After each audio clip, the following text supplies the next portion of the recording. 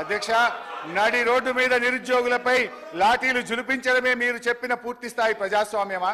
Arts కాలేజీలో జరుగుతున్న లాఠీ చార్జిని చిత్రీకరిస్తున్న జర్నలిస్టును అసభ్య పదజాలంతో బూతులు తిట్టి కొట్టడమే నా కాంగ్రెస్ మార్కు ప్రజాపాలన? అంగన్వాడీలను, ఆశా వర్కర్లను తమ డిమాండ్ల సాధన కోసం రోడ్డెక్కితే అణచివేత, ప్రతిపక్ష కార్యకర్తలపై ప్రతీకార దాడులు.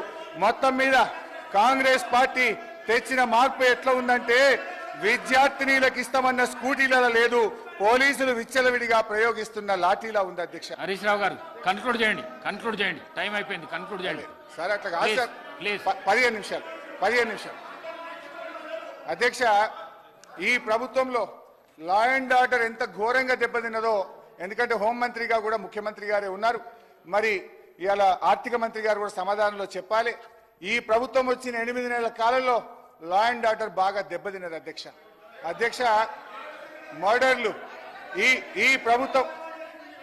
ఈ ప్రభుత్వం వచ్చిన తర్వాత మన ఈ 8 నెలల కాలంలో 500 మర్డర్లు జరిగినాయి. అధ్యక్ష, dacoities 60, robberies 400, theft cases 10,000, rape cases 1800 rape కేసులు అయినాయి. అధ్యక్ష, పోయిన జూన్ నెలలో ఒక్కటే జూన్ నెలలో ఒక హైదరాబాద్ నగరంలో 28